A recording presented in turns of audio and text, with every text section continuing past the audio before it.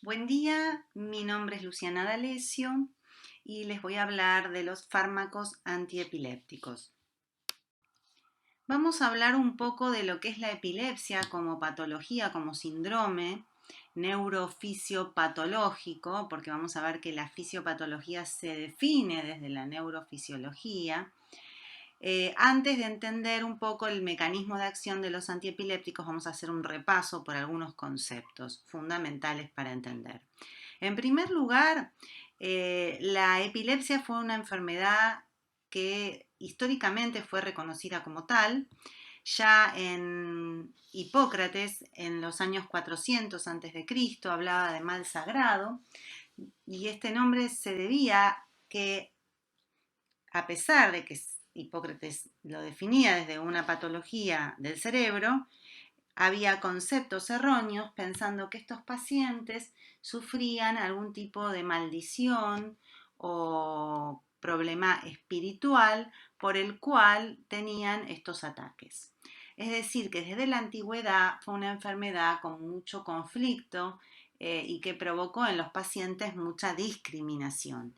Y esto que pasó en la historia pasa aún en nuestros días, con algunas diferencias, por supuesto. Lo interesante es que ya en 1700, en un tratado de epilepsia, se definen como necesarios dos elementos. Por un lado, una disposición del cerebro a entrar en contracción, decía este tratado, estos términos ya no se usan así, y en segundo lugar, una causa irritativa que haga entrar en acción a esta disposición. Es decir, que ya en esta época se hablaba de un estado del paciente propio, una característica de una predisposición a tener más facilidad de desarrollar esta descarga eléctrica, vamos a ver ahora que es una descarga eléctrica lo que ocurre en el cerebro, y por otro lado puede haber una causa sobreagregada a esa predisposición, por ejemplo una lesión cerebral. Sabemos que muchas lesiones cerebrales, los tumores por ejemplo, pueden provocar descargas y epilepsia. Vamos ahora al presente. Para la OMS, la epilepsia es un desorden, una enfermedad cerebral crónica causada por múltiples etiologías, y hasta acá este concepto es fundamental.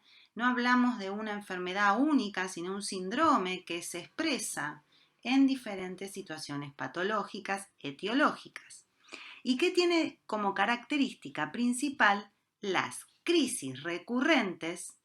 Estas crisis son autolimitadas y se producen por una causa fisiopatológica específica, neurofisiológica más exactamente, que es un exceso en la excitabilidad neuronal o bien un déficit en la inhibición que lleva a esta descarga eléctrica que no es más que un exceso de la excitabilidad neuronal.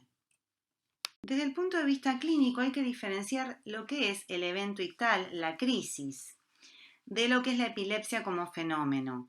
El evento ictal, también mal llamado convulsión, porque no siempre es motora, sería cualquier síndrome clínico que refleje esta disfunción cerebral caracterizada por una excesiva descarga hipersincrónica de neuronas corticales con un inicio y una finalización brusca. Ese es el evento ictal. Ahora, la epilepsia es la enfermedad crónica que se produce cuando estos eventos ictales se repiten en el tiempo y son recurrentes y son estereotipados para el mismo paciente. Aquí hablamos de epilepsia. Puede pasar que un paciente tenga un único episodio ictal en su vida ante una situación desencadenante específica y que después no desarrolle epilepsia. Bueno, como dije recién, es un grupo de patologías o un síndrome que obedece a diferentes etiologías, pero tiene algo en común. Ese algo en común es una causa fisiopatológica característica que es la hiperexcitabilidad e hipersincronía de un grupo neuronal cortical. Es decir, que son neuronas de la corteza exclusivamente que pueden ponerse como de acuerdo para descargar todas juntas y de una manera exagerada. Y esto genera una manifestación clínica, que es lo que vamos a ver nosotros en el paciente y a lo que vamos a llamar crisis o evento ictal. Y las manifestaciones clínicas de este cuadro va a depender del área cerebral cortical que está afectado durante la descarga y durante la propagación. Porque además de la descarga del grupo originario, va a haber un fenómeno de propagación eléctrico hacia áreas del cerebro que son siempre las mismas, porque hay una vía facilitada, y eso determina la clínica del episodio. Bueno, desde el punto de vista de la clasificación de las epilepsias hay diferentes formas de clasificarlas. Acá no voy a tratar de no ser muy extensa con este tema porque ya es muy clínico. Y bueno, por un lado tenemos la clasificación que determina el tipo de epilepsia según la etiopatogenia, según la causa. La otra es aquella que describe según las manifestaciones clínicas de las crisis. Y la tercera, que es la más usada ahora, es la que toma en cuenta todo el síndrome, es decir, no solamente la clínica y la etiopatogenia, sino también los hallazgos clínicos y de neuroimágenes, por ejemplo, o de estudios complementarios que se pueda encontrar durante el análisis del paciente. La clasificación etiopatogenia distingue principalmente tres formas: aquellas idiopáticas en las cuales no hay un claro conocimiento de la causa, generalmente son aquellas en donde hay factores genéticos involucrados, pero poligénicos, no específicos. Las formas criptogénicas son aquellas en donde sí hay alguna lesión de origen desconocido, como por ejemplo la esclerosis. Estas formas son muy comunes en las epilepsias parciales, que a su vez son las formas más frecuentes de aparición, y en donde hay lesiones, pero no sabemos bien el origen, entonces se habla de criptogénica, pero en realidad cada vez más estos cuadros ya están pasando a ser formas sintomáticas, que sería el tercer tipo de esta clasificación, en donde hay una lesión claramente identificada, que es la causa de las descargas y de la epilepsia. Por ejemplo, esto pasa muy frecuentemente con lesiones vasculares, con tumores, en donde se reseca el tumor o se reseca la lesión y el paciente se puede curar. Las esclerosis hipocampales, por ejemplo, que son muy frecuentes también, que vamos a ver después un poquito, también se tratan quirúrgicamente cuando no responden a la medicación. Es decir, que cuando fallan los tratamientos farmacológicos que vamos a ver después, puede haber una posible abordaje quirúrgico de estas formas de epilepsia. Desde el punto de vista de la clasificación de acuerdo a la clínica de la crisis, y esta sí es la más utilizada desde el punto de vista del médico generalista, si se quiere, y es la que vamos a darle más importancia acá en esta clase porque es la que nos va a orientar al tratamiento farmacológico. De acuerdo a esta clasificación hay dos tipos de crisis principalmente: las crisis parciales o focales y las crisis generalizadas. En las parciales o focales hay una zona epileptógena de inicio que puede ser detectada a través de diferentes estudios complementarios. De acuerdo a la conciencia conservada o la pérdida de la misma durante el evento, hablamos de crisis parciales simples o crisis parciales complejas. Puede ser que una crisis comience siendo parcial, pero después se generalice y dé un cuadro de tipo convulsión generalizada tónico-clónica, que son las más espectaculares de ver.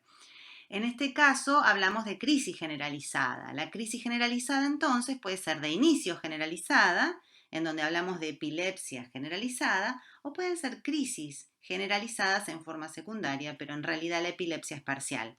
Entonces lo importante es definir si el paciente tiene una epilepsia parcial, con o sin crisis generalizadas secundarias, o bien si es una epilepsia generalizada de inicio. Esto significa que no hay una zona localizable en el cerebro, sino que hay un fenómeno eléctrico patológico general, y son, por ejemplo, las crisis de ausencias, las crisis atónicas, las convulsivas tónico-clónicas, las mioclónicas juveniles. Muchos de estos cuadros son más benignos, incluso que las formas parciales, donde hay una zona epileptógena de inicio. Pero esto es en términos generales. Por supuesto, hay formas también de epilepsia generalizadas muy severas. En realidad la clasificación de acuerdo a las crisis es mucho más compleja, pero esta forma que yo les di es la más simplificada. Estas diapositivas que vienen ahora son simplemente para ver cómo de acuerdo a la zona de inicio de la crisis puede haber una variedad sintomática muy amplia. que hace que la epilepsia tenga una manifestación muy diferente de un paciente a otro, aunque para cada paciente la crisis es estereotipada en sí misma.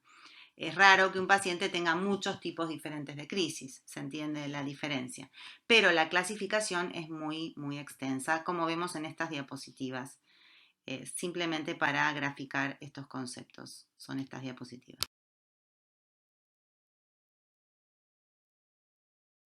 Bueno, simplemente para mencionar que hay estudios complementarios para confirmar la epilepsia que no reemplazan a la clínica, que son el electroencefalograma, existe el electroencefalograma interictal, el videoelectroencefalograma, que es el registro durante la crisis con filmación simultánea de la crisis, y se pueden ver perfectamente las características clínicas con el correlato eléctrico. Es un estudio muy específico que sirve para cuando hay dudas diagnósticas.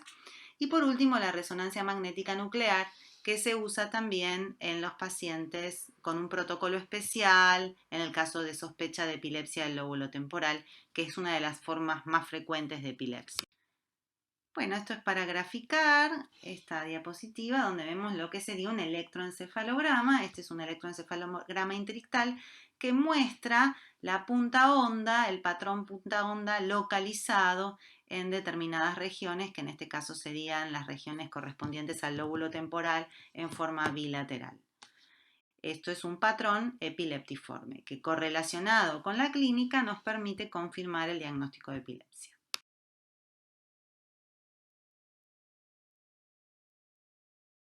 Bueno, después de toda esta introducción un poquito larga, pero necesaria para entender y para que sea todo más fácil ahora, vamos a hablar de tratamiento farmacológico de las crisis de epilepsia y de la epilepsia.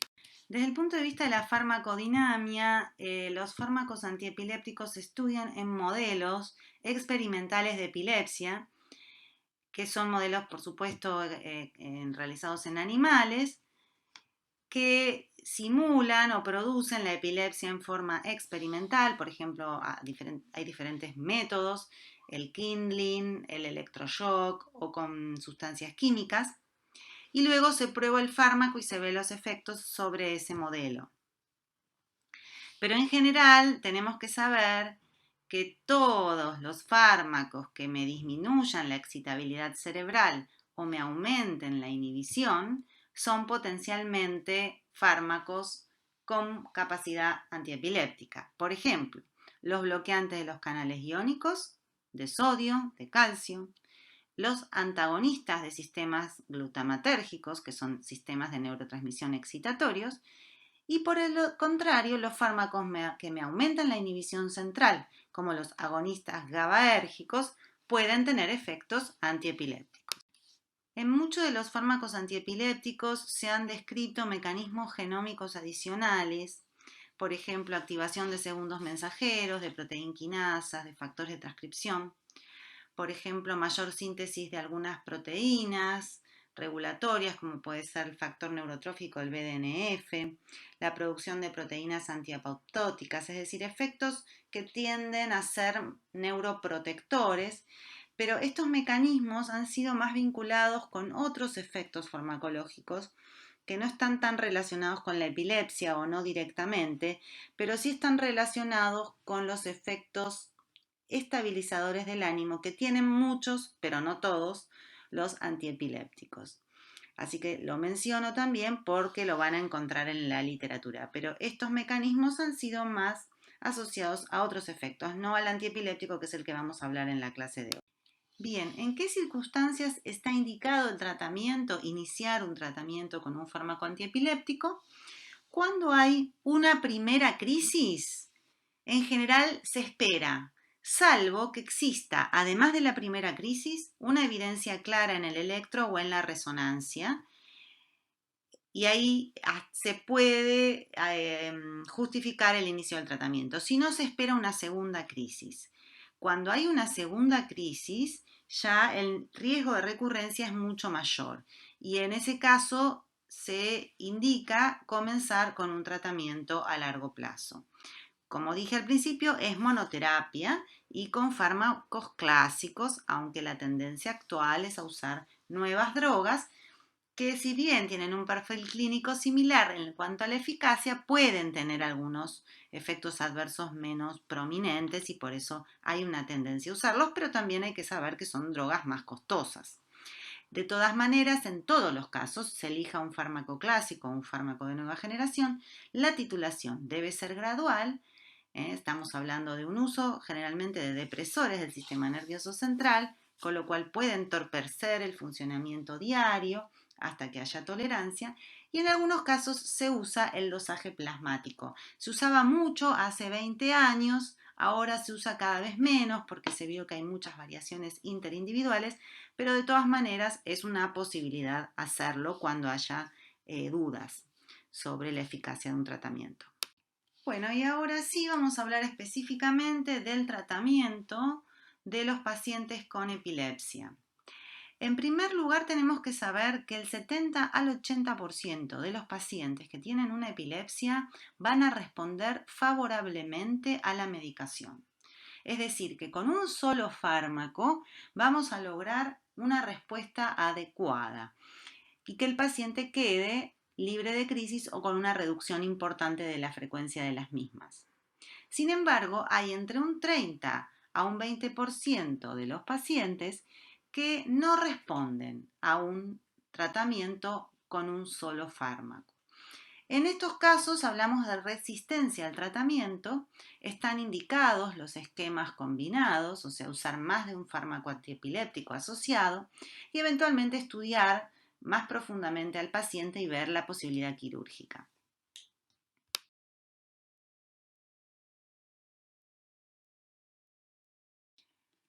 Bueno, como ya mencioné, los fármacos antiepilépticos se dividen en dos grupos de acuerdo al descubrimiento y la aplicación. Las drogas clásicas son las primeras en aparecer, sobre las cuales hay más experiencia, por supuesto, pero que también tienen algunas cuestiones como por ejemplo más efectos adversos. Las drogas nuevas se fueron incorporando más recientemente. Algunas tienen realmente beneficios en cuanto al perfil de efectos adversos. Desde el punto de vista de la eficacia son más o menos similares, pero sí en algunos aspectos de los efectos adversos y de las interacciones farmacológicas, que son más beneficiosos o tienen menos interacciones que las drogas clásicas. En relación a las benzodiazepinas, si bien algunas, como por ejemplo las de vida media larga, el diazepam, el clonazepam, el lorazepam, pueden tener efecto anticonvulsivo, el efecto en la epilepsia es limitado porque inducen mucha tolerancia, con lo cual la eficacia se pierde a lo largo del tratamiento, con lo cual no están indicados en el tratamiento de la epilepsia. De las drogas clásicas vamos a estudiar el fenobarbital, que es un barbitúrico, que si bien está hoy en desuso, en algunos contextos se lo sigue usando. Es un fármaco que lo que hace es aumentar la conductancia al cloro en el canal GABA-A y de esa manera es un agonista muy potente del GABA, de este receptor del GABA-A.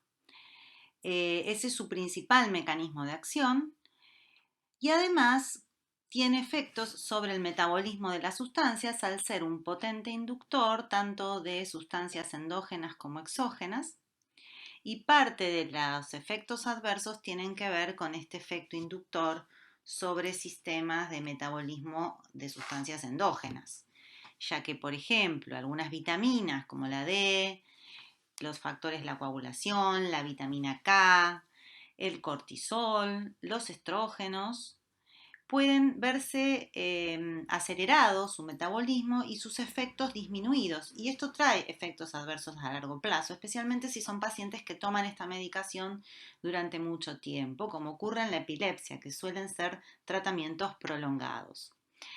Tienen efectos adversos entonces endocrinos, sexuales y metabólicos por estos efectos sobre el metabolismo. Además, ejerce un efecto depresor del sistema nervioso central y depresor de algunas funciones cognitivas. Por ejemplo, la atención y la memoria. Esto es un limitante importante del uso del fenobarbital, especialmente en niños en etapa escolar. La sedación, la ataxia, son limitaciones también en su uso, especialmente la ataxia se ve en los usos crónicos. La hiperactividad en niños, esto es un efecto paradojal que se puede observar más frecuentemente en niños, en donde se produce un efecto contrario al habitual, es decir, siendo una droga sedativa, provoca un cuadro de excitación, todo lo contrario. Esto tiene que ver con la inmadurez de los sistemas nerviosos de algunas personas, como los niños, que pueden responder paradójicamente al fenobarbital. Por otro lado, el fenobarbital, como todo barbitúrico, puede inducir dependencia y abstinencia, con lo cual también es muy difícil después retirar el fármaco y en el caso de que haya que hacerlo, se lo hará en forma gradual y con mucho cuidado por este efecto adverso de dependencia y abstinencia, dado que en el síndrome de abstinencia además puede aparecer crisis, convulsiones y crisis de epilepsia. Bueno, con respecto a la fenitoína, que también es un fármaco antiguo, es decir, que se incorporó en el año 1938 al tratamiento de la epilepsia, es un inhibidor de los canales de sodio. Lo que hace es prolongar el tiempo inactivo del canal y por lo tanto produce efectos disminuyendo la despolarización eléctrica de las neuronas. También, igual que el fenobarbital, tiene la limitación de que es un inductor muy potente de sistemas que metabolizan sustancias endógenas y sustancias exógenas. Y también va a haber interacciones a este nivel con factores endógenos, con factores de coagulación, con vitamina D, con estrógenos, etc. También con fármacos exógenos. Y esto puede llevar a los mismos efectos adversos a largo plazo que mencionamos para el fenobarbital. Bueno, dentro de los efectos adversos, la depresión cardíaca es muy importante, hay que tenerla en cuenta y tiene que ver con su mecanismo de acción, ya que bloquea los canales de sodio también en el corazón. Tiene un efecto cardiovascular que puede ser terapéutico también, lo van a estudiar con antiarrítmicos. Volviendo al cerebro y al cerebelo, puede tener un efecto cerebeloso tóxico a largo plazo, principalmente en los tratamientos prolongados. Puede haber ataxia, disartria y nistagmus. Desde el punto de vista del metabolismo óseo, lo puede afectar principalmente por interferencia con el metabolismo que está acelerado para las vitaminas, la vitamina D. El metabolismo del calcio puede verse afectado y puede haber osteoporosis y osteomalacia. Puede dar anemia megaloblástica y neuropatía debida a esta anemia.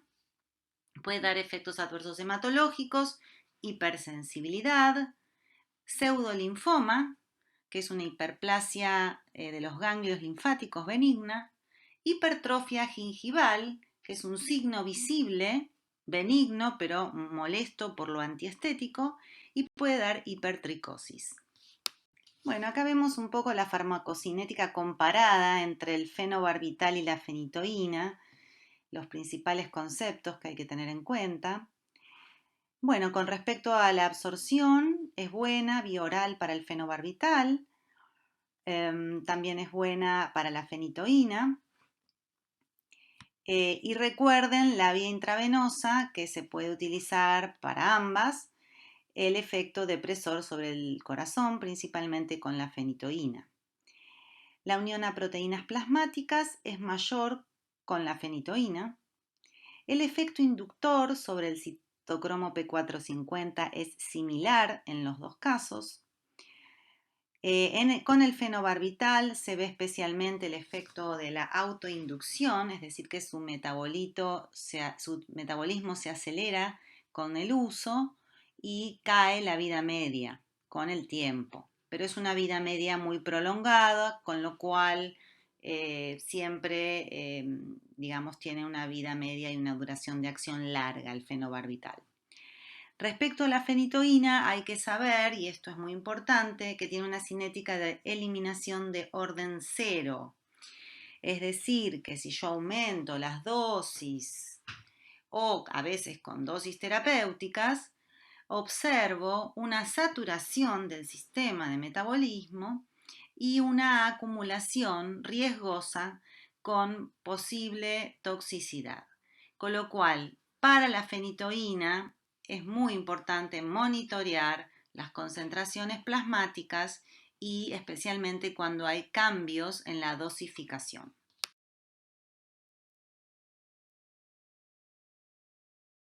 Bueno, vamos a hablar ahora de otro fármaco clásico que sí se sigue usando mucho en la actualidad, a diferencia de los anteriores que ya están en desuso o con un uso muy restringido. El ácido valproico, en cambio, se lo sigue usando mucho. Bueno, lo importante de este fármaco es saber que la forma activa es el ácido valproico, es una forma aniónica, pero se la administra como divalproato en forma de sales, de sodio o de magnesio, y esto es por la intolerancia gastrointestinal que genera la forma ácida. El fármaco fue usado como vehículo de medicamentos. Es una estructura química diferente al resto. Es un ácido graso, lineal, y que se incorpora al mercado en el año 78. Bueno, para entender un poco el efecto, la farmacodinámica del ácido valproico, vamos a repasar la síntesis de GABA. La síntesis de GABA se realiza a través de una enzima llamado glutamato de carboxilasa o GAD. Es una enzima que utiliza vitamina B6 como cofactor y que lo que hace es convertir el ácido glutámico o glutamato en GABA. Luego hay un fenómeno de metabolismo, de terminación de acción mediante una enzima que es la GABA transaminasa o GABA-T. Es una enzima que está ampliamente distribuida en mitocondrias y lo que va a hacer es transaminar al GABA y dar semialdehído succínico que se incorpora al ciclo de Krebs.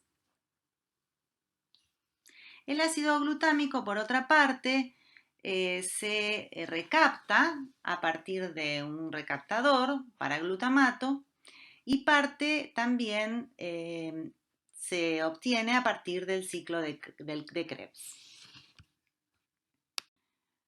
Bueno, ¿qué es lo que hace el valproico? Entonces, el ácido valproico lo que hace es inhibir a la enzima GABA-T, con lo cual la transaminación del GABA se ve retrasado y entonces los niveles de GABA tienden a aumentar. Además, inhibe otra enzima que es la semialdehído succínico deshidrogenasa, que también es de la cadena del catabolismo del GABA. Por otro lado, estimula a la enzima que lo sintetiza, la glutamato de carboxilasa, es decir, que todas sus acciones van a fomentar y van a aumentar los niveles de GABA en el sistema nervioso central. Se considera que hasta un 30% puede aumentar los niveles de GABA por acción del ácido valproico en el sistema nervioso central.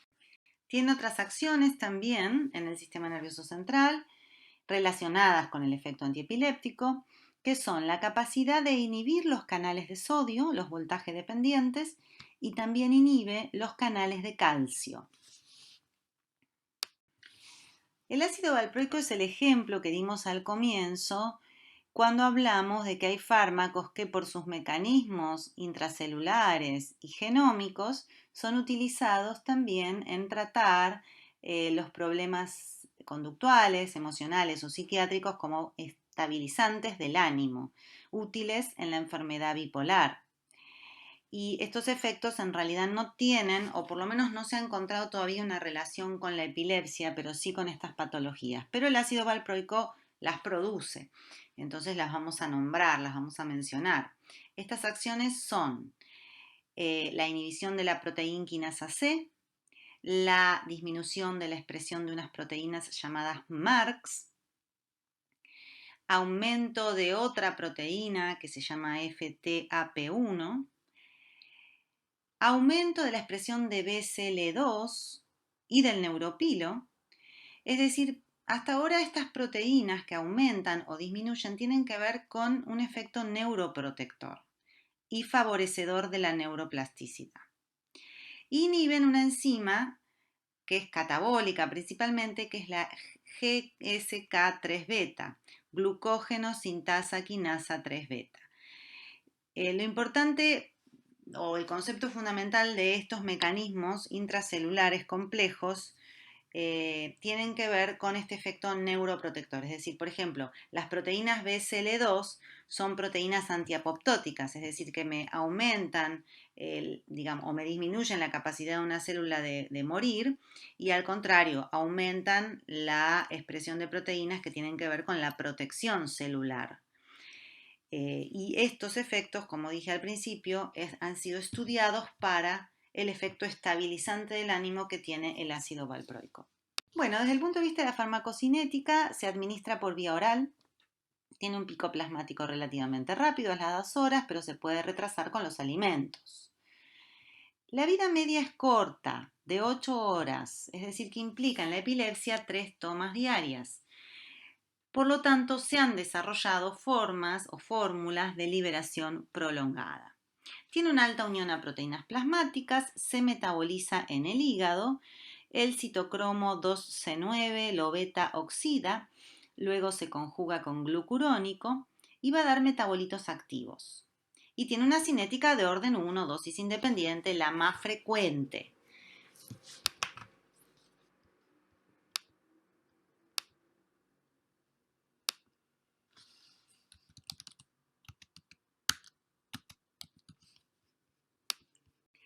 Los efectos del ácido valproico son principalmente los gastrointestinales, que se ven minimizados con la formulación en sal y con la capa entérica. Además producen a largo plazo obesidad, aumento de peso, alopecia, temblor. Temblor puede dar un temblor fino y a nivel de la sangre pueden dar plaquetopenia, que puede tener consecuencias clínicas y hay que monitorear. Son drogas hepatotóxicas. La forma dosis dependiente es la forma más frecuente. Es la más benigna. La dosis independiente idiosincrática puede llegar a cursar con un cuadro severo, con rash y eosinofilia, y generalmente ocurre en los primeros meses de tratamiento.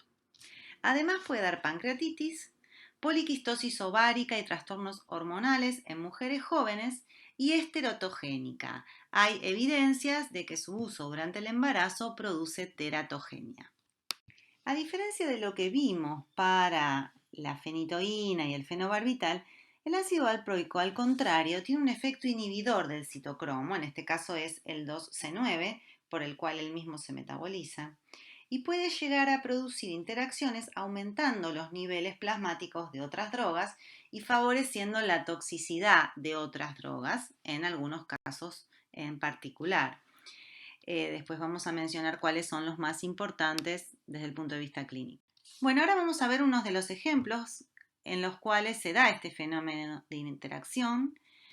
Fíjense que las drogas más importantes son las drogas antiepilépticas que se pueden combinar con el ácido valproico.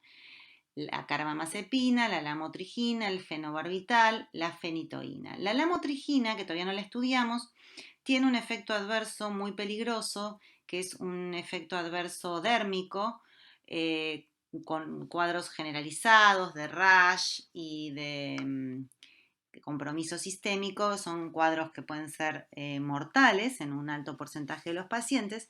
Y se vio que este efecto adverso se da más frecuentemente cuando la lamotrigina asciende en forma brusca sus concentraciones plasmáticas.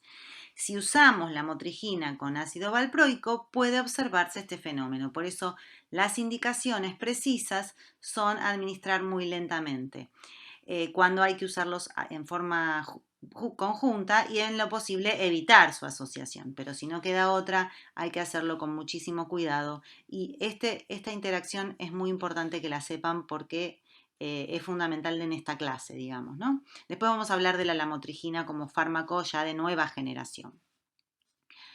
Bueno, muy bien. Además de las interacciones por efecto metabólico, el ácido valproico puede tener interacciones por su alta unión a proteínas plasmáticas. Puede desplazar a otras drogas que también tengan alta unión a proteínas plasmáticas. Por ejemplo, el ácido acetilsalicílico ASS, el naproxeno, la warfarina, el etanol y el diazepam. Bueno, además de las interacciones farmacocinéticas, puede haber interacciones farmacodinámicas. Como explicamos al comienzo, el ácido valproico es sedativo entonces va a potenciar efectos de otros depresores del sistema nervioso central y la asociación puede generar un exceso de sedación con consecuencias en la vida de esa persona. Por otro lado, tiene un efecto antimaníaco y antirrecurrencial. Esto es un efecto útil en psiquiatría para el llamado trastorno bipolar y se potencia con otros fármacos con propiedades similares. Puede haber neurotoxicidad y puede potenciar neurotoxicidad de otros fármacos: litio, carbamazepina, antipsicóticos, etanol. ¿Por qué es hepatotóxico? Puede potenciar la hepatotoxicidad de otros hepatotóxicos, como por ejemplo la isoniazida, el paracetamol, la carbamazepina. Lo mismo con la embriotoxicidad, hay una interacción posible con la fenitoína. Y otra interacción importante es con los anticoagulantes, que como vimos puede haber un desplazamiento y puede haber una potenciación del efecto anticoagulante y además por el efecto antiagregante. Es decir, que acá hay una doble acción farmacocinética, por un lado, porque desplaza, y por otro lado farmacodinámica, porque tiene un efecto per se antiagregante, que en realidad es un efecto adverso y no se ve en todos los sujetos, pero puede darse en algunas circunstancias. Con lo cual hay que monitorear todas estas cuestiones cuando se usa este fármaco. Bueno, entonces el ácido valproico, además de ser una droga antiepiléptica, que se usa tanto en las epilepsias parciales como en las epilepsias generalizadas, también es útil en psiquiatría. Es droga de mantenimiento en el trastorno bipolar, es eficaz como antimaníaco en la fase maníaca, especialmente es eficaz en las fases disfóricas, en los llamados estados mixtos, en los cicladores rápidos, en las manías secundarias, por ejemplo, por una lesión neurológica o inducida por drogas o sustancias, y tiene un efecto similar, incluso mayor, en cuanto al espectro de acción que el litio, que es la indicación, es, digamos, una droga de primera elección en estos cuadros. Cuando vean el litio en la clase que corresponda, van a encontrar que algunos efectos son muy parecidos al ácido valproico. Sin embargo, el litio no tiene propiedades antiepilépticas, al contrario, puede ser proepileptogénico, y no lo vamos a ver en esta clase porque no se usa, todo lo contrario, puede dar como efectos adversos las convulsiones. El ácido valproico va a estar contraindicado en la insuficiencia hepática, en la hipersensibilidad, en el embarazo y en la lactancia. Bueno, ahora vamos a hablar de la carbamazepina, que dentro de las drogas clásicas es la última que fue incorporada en el año 1974, o por lo menos de las que vamos a ver acá. Es una estructura tricíclica, el mecanismo de acción es inhibir los canales de sodio, prolonga el tiempo inactivo del canal y es droga de primera elección en las crisis parciales de epilepsia. Las que vimos al principio, ¿se acuerdan que eran generalizadas y parciales? Cuando hay diagnóstico de epilepsia parcial, la droga de primera elección clásica es la carbamazepina. La carbamazepina posee una estructura química tricíclica, muy parecida a la imipramina, que es un antidepresivo tricíclico. Y en relación a su estructura química se ha postulado que posee algunas propiedades antidepresivas. Sin embargo, nunca se lo ha estudiado en profundidad este efecto. Desde el punto de vista de la farmacocinética, la carbamazepina tiene una absorción errática, pero es la oral la vía de elección. Los alimentos pueden aumentar la absorción. El pico plasmático es variable, puede ser a las 4, a las 8 horas, pero tiene una vida media bastante prolongada, lo que hace que puedan darse una toma diaria. Sin embargo, como es un inductor enzimático, induce su propio metabolismo, así que la vida media puede verse reducida al mes de tratamiento y en esos casos habrá que regular la dosis. Bueno, los efectos adversos de la carbamazepina, algunos son relacionados con la dosis, otros no tanto. Los más frecuentes son los mareos, la sedación y la somnolencia, los efectos adversos gastrointestinales y el temblor. puede dar síntomas cerebelosos. En casos de toxicidad aguda, por ejemplo por una sobreingesta, puede haber diplopía, síntomas cerebelosos, convulsiones, síndrome confusional, vómitos y fluctuaciones de la tensión arterial. También puede haber efectos adversos severos, idiosincráticos, como por ejemplo la leucopenia y la agranulocitosis, que es el efecto adverso más temido para la carbamazepina. En algunos casos más raros puede dar trombocitopenia, cuadros de hipersensibilidad con rash, hepatitis. En los pacientes con uso crónico pueden desarrollar cuadros de ataxia. Puede haber agravamiento de la hipertensión arterial, especialmente en algunos pacientes ancianos. Puede haber un efecto hormona antidiurética y puede dar hiponatremia.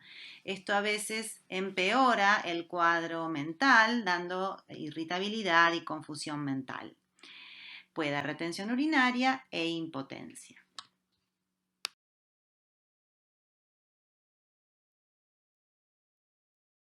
Hasta aquí vimos los fármacos clásicos antiepilépticos. Vamos a hablar ahora de los nuevos fármacos antiepilépticos que tienen en general un perfil farmacocinético más favorable. El tema de la eficacia es en principio similar, aunque la combinación a veces entre un clásico y uno nuevo puede aumentar la eficacia, especialmente en algunas epilepsias resistentes.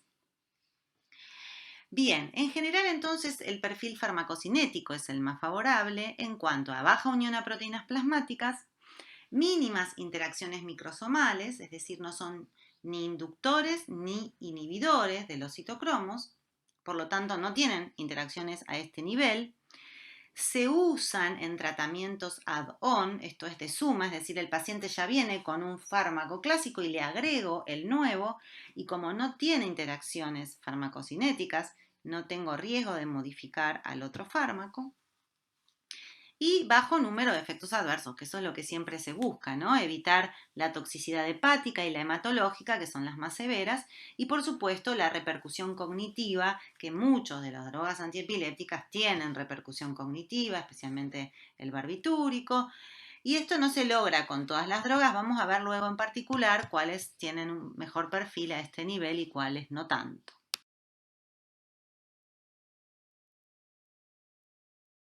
Vamos a comenzar por la lamotrigina dentro de las drogas de nueva generación o antiepilépticos nuevos. La lamotrigina inhibe los canales de sodio y también inhibe los canales de calcio. Por este motivo se describe un clásico efecto estabilizador de la membrana sobre los canales voltaje dependientes y es parecido al efecto de la carbamazepina. Pero también modula la liberación presináptica de neurotransmisores excitatorios. Por ejemplo, disminuye la liberación del glutamato y del aspartato. Presenta además un efecto antifólico y un efecto antidepresivo al inhibir la recaptación de serotonina. Además, tendría efectos intracelulares similares a los descritos para el ácido valproico y se postula un efecto neuroprotector a este nivel. Sin embargo, el efecto antiepiléptico estaría vinculado principalmente a la inhibición de los canales de sodio, de los de calcio y a la inhibición de la neurotransmisión excitatoria. Desde el punto de vista de la farmacocinética, se absorbe por vía oral, tiene buena biodisponibilidad, tiene una unión a proteínas plasmáticas media de 55%, tiene una vida media que va desde las 12 a las 50 horas, prolongada, y se metaboliza en hígado. Se conjuga con ácido glucurónico y luego se elimina por el riñón. Tiene una cinética de eliminación lineal orden 1 o dosis independiente. Y bueno, y aquí lo importante, que ya lo dijimos, es esa interacción con el ácido valproico que puede aumentar las concentraciones plasmáticas en forma significativa y llevar o favorecer el desarrollo de un efecto adverso que vamos a ver luego. Los efectos adversos de la lamotrigina en general son leves, excepto el rash, que es el que mencionamos en la interacción con el ácido valproico. El rash se da en un 10% de la población y en un porcentaje menor pueden desarrollar un síndrome de Lyell, que es una necrólisis tóxica epidérmica de mortalidad del 30%. Hay formas llamadas el síndrome de Stevens-Johnson, que es menos grave, que también cursa con eritema ampollar, hepatotoxicidad y se da en menores de 16 años.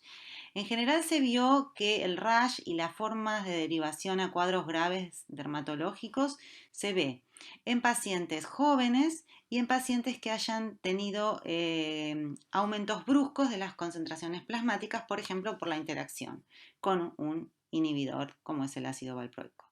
Con lo cual hay que evitar el uso en niños y hay que titular muy lentamente y especialmente si el paciente está recibiendo otro fármaco como el ácido valproico.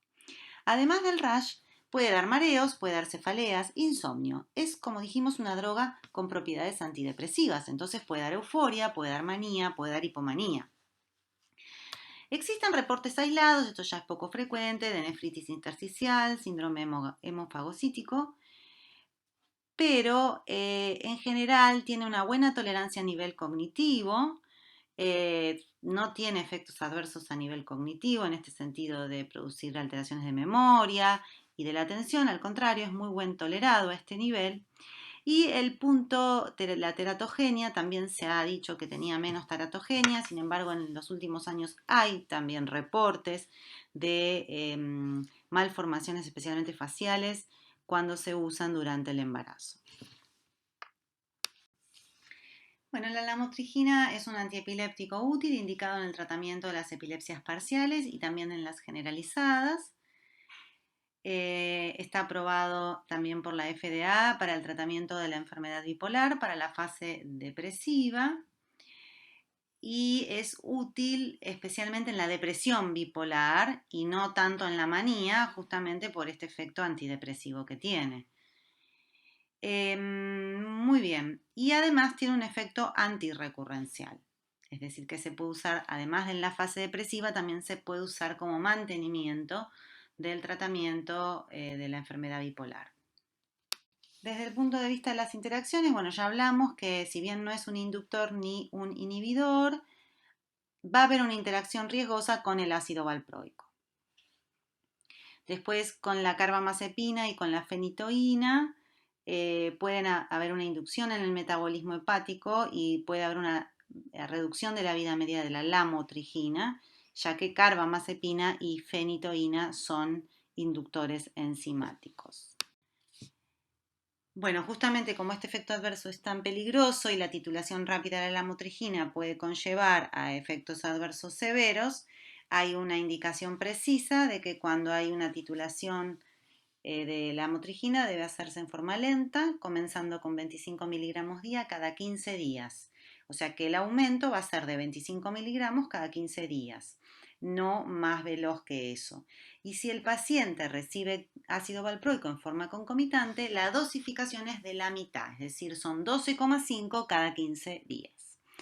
Lo contrario sería si el paciente recibe carbamazepina, donde ahí se pueden comenzar con dosis un poquito más elevadas.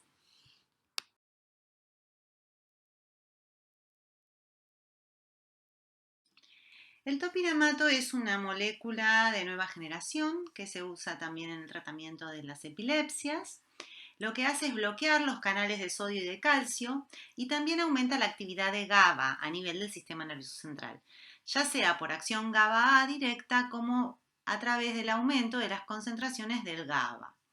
Además ejerce un efecto antagónico sobre los receptores para glutamato, los receptores kainato, e inhibe las corrientes de calcio mediadas por receptores AMPA.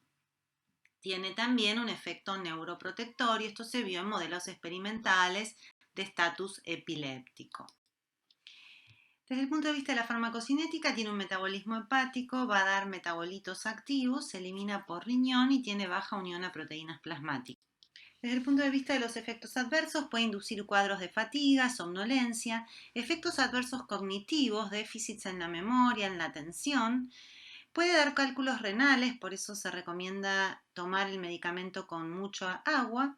Y puede dar efectos adversos psiquiátricos, principalmente depresión y cambios de conducta. Hay casos raros pero graves de miopía aguda por un cuadro de ángulo estrecho y puede dar malformaciones congénitas en el embarazo. El topiramato está indicado en la epilepsia parcial y en la epilepsia generalizada.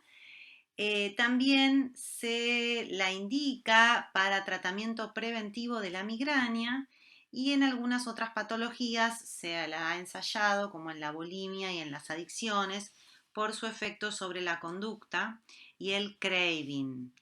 Produce además una disminución del peso corporal en un porcentaje importante de pacientes porque modifica la conducta alimentaria, disminuyendo el apetito y el craving por carbohidratos.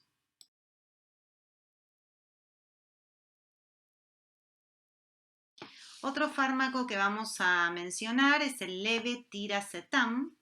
Es un fármaco que se usa en el tratamiento de la epilepsia, es bastante reciente. Tiene un mecanismo de acción poco claro. Se sabe que se une a una proteína de la vesícula sináptica llamada SBA2, que interviene en la exocitosis y en la liberación del neurotransmisor.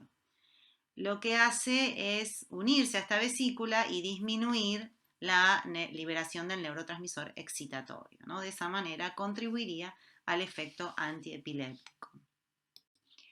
Desde el punto de vista de los efectos adversos, en general es bien tolerada, pero puede dar cefaleas, vómitos, síncope. Efectos cognitivos en general son pocos, mucho menos que con el topiramato. Mejora el sueño, pero también puede dar efectos adversos psiquiátricos, principalmente cuadros de irritabilidad y cambios del humor. Otro fármaco de nueva generación es la oxcarbazepina. Tiene similitudes con la carbamazepina original, pero prácticamente no presenta interacciones enzimáticas, o sea, es una versión mejorada desde el punto de vista de las interacciones. Tiene buena absorción vía oral, se metaboliza en el hígado, da un metabolito activo, también con vida media aún mayor, y los efectos adversos son similares a la carbamazepina, pero con menor incidencia de rash que la carbamazepina, y lo que sí puede dar es con mayor frecuencia una hiponatremia por efecto de liberación de hormona antidiurética en forma inapropiada, que la carbamazepina también da este efecto adverso, pero en menor frecuencia. Estos efectos adversos igual se observan más en ancianos o en adultos mayores. La pregabalina es otro antiepiléptico de nueva generación que actúa interactuando con la subunidad alfa-2 delta del canal de calcio voltaje dependiente del sistema nervioso central. De esa manera reduce la liberación de neurotransmisores excitatorios, por ejemplo el glutamato. A pesar de su nombre, no interactúa con los receptores GABA. Sus efectos son efecto antiepiléptico, efecto ansiolítico y efecto analgésico. Principalmente por sus dos últimos efectos, se utiliza en el dolor neuropático y en el dolor asociado a ansiedad o a estados de ánimo ansiosos. Desde el punto de vista de la farmacocinética, la pregabalina tiene buena absorción por vía oral, no se une a las proteínas plasmáticas y se excreta sin cambios por la orina. La vida de eliminación es corta, de 6 horas, y es un fármaco con bajo riesgo de interacciones farmacocinéticas. Los efectos adversos de la pregabalina son somnolencia, mareos, puede producir aumento de peso luego de tratamientos a largo plazo, ataxia, sequedad de mucosas, visión borrosa y dificultad en la concentración. Desde el punto de vista de las indicaciones, está indicada en la epilepsia parcial con crisis secundariamente generalizadas como terapia de suma. La eficacia en las epilepsias no fue tal como la esperada, pero se observó que los pacientes mejoran el sueño y también mejoran la ansiedad y el dolor neuropáptico. Entonces aparecieron nuevas indicaciones, como por ejemplo la utilidad de esta droga en la fibromialgia. Otro fármaco de última generación es el perampanel. Es un antagonista selectivo del receptor AMPA glutamatérgico. localizado principalmente a nivel postsináptico. Es un fármaco, está indicado para las epilepsias resistentes, tiene una vida media prolongada que va desde las 52 a las 129 horas y se metaboliza en el citocromo P450 por las enzimas 3A4 y 3A5. Los efectos adversos son mareos y somnolencia, puede dar ataxia, fatiga, cefaleas, síntomas neuropsiquiátricos, depresión y déficit cognitivos. Vamos a hablar también de los cannabinoides, que sabemos que están estudiándose en forma importante en el último periodo, con algunas dificultades medias raras que no se entiende, pero bueno, de todas maneras son fármacos que se están empezando a estudiar por sus propiedades para la epilepsia. Los cannabinoides se dividen en endógenos, agonistas exógenos naturales y agonistas sintéticos. Los endógenos tenemos a la anandamida, dentro de los agonistas naturales tenemos al tetrahidrocannabinol y cannabidiol, son dos principios activos principalmente, hay un montón más, estos son los más estudiados, y dentro de los agonistas sintéticos tenemos como ejemplo la nabilona. Lo que hacen los cannabinoides es unirse a los receptores CB1 y CB2 que están ligados a proteína G. Los efectos a nivel del sistema nervioso central son mediados principalmente por los CB1. Lo que hacen es inhibir en forma retrógrada la liberación de neurotransmisores excitatorios como el glutamato. De esa manera inhiben la excitabilidad neuronal, inhiben la propagación de las crisis y tienen eficacia en algunas formas de epilepsia. El cannabidiol además tendría propiedades antiinflamatorias y antioxidantes adicionales. Acá en este esquema vemos lo que dijimos recién, cómo actuarían los cannabinoides, los receptores CB1 que estarían ubicados en la presinapsis, pero en condiciones endógenas son sintetizados por la postsinapsis, por eso se habla de neurotransmisor retrógrado, porque va a actuar sobre la presinapsis, donde están los receptores, y va a inhibir la liberación del neurotransmisor. Eso en el caso de la sustancia endógena, cuando se lo administra en forma exógena, directamente actúa sobre el receptor CB1 que está en la membrana de la neurona presináptica excitatoria. Bueno, existen algunos fármacos más que habría que mencionar, son muchos los fármacos antiepilépticos, pero bueno, les menciono algunos importantes también para saber, para conocer. Con sus características principales, el felbamato fue prácticamente limitado su uso por la capacidad de producir anemia plástica. La gabapentina está siendo reemplazada por la pregabalina, que es un poquito más eficaz y con menos efectos adversos. La vigabatrina produce una reducción irreversible del campo visual, por lo cual su uso también está restringido. Y por último, la sonisamida, la tiagabina y la lacosamida. La lacosamida es una droga relativamente de nueva incorporación que bloquea los canales de sodio y aparentemente tendría un perfil beneficioso sobre los efectos adversos psiquiátricos. Bueno, en las próximas diapositivas simplemente ver que hay indicaciones para la epilepsia parcial y hay indicaciones para la epilepsia generalizada. Es decir, que hay fármacos que son de primera elección para la epilepsia parcial, pero no tanto para la generalizada. Incluso me parece importante en la última diapositiva recordar que la carbamazepina, la fenitoína, también la vigabatrina y la gabapentina, que están prácticamente en desuso, pero lo mencionamos, están contraindicadas en las epilepsias generalizadas, como por ejemplo las ausencias o la epilepsia mioclónica. Por eso, como dijimos al comienzo, es muy importante determinar el diagnóstico de epilepsia, si es una epilepsia parcial o si es una epilepsia generalizada. De acuerdo a eso, indicaremos un fármaco u otro y teniendo en cuenta eso, que hay fármacos que pueden empeorar una epilepsia generalizada, por ejemplo la carbamazepina, y por eso es fundamental tener precisión del tipo de epilepsia que estamos tratando. Porque si se trata una epilepsia generalizada que nosotros diagnosticamos como parcial, la carbamazepina me puede empeorar el cuadro clínico. Y eso es todo. Muchísimas gracias por su atención.